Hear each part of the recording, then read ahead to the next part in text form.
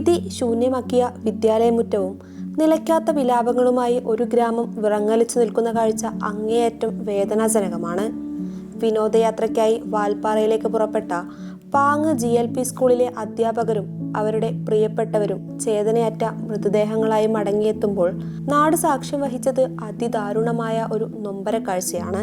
അമ്പലപ്പറമ്പ് higher secondary സ്കൂളിലെ പൊതുദർശന വേദിയിൽ പ്രിയപ്പെട്ടവർക്ക് വിട ചൊല്ലാനെത്തിയവരുടെ തേങ്ങലിൽ ആ പ്രദേശം വിറങ്ങലിച്ചു നിന്നുപോയി.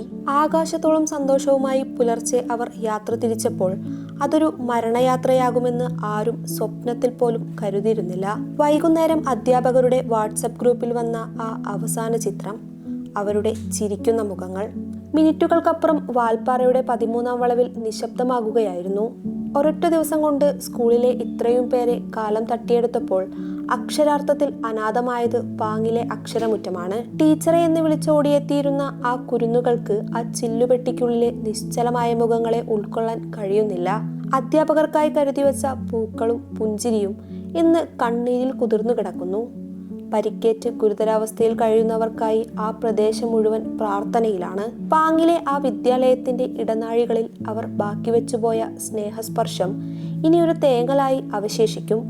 കേരളത്തിന്റെ നൊമ്പരമായി മാറിയ ആ പ്രിയപ്പെട്ടവർക്ക് ആദരാഞ്ജലികൾ.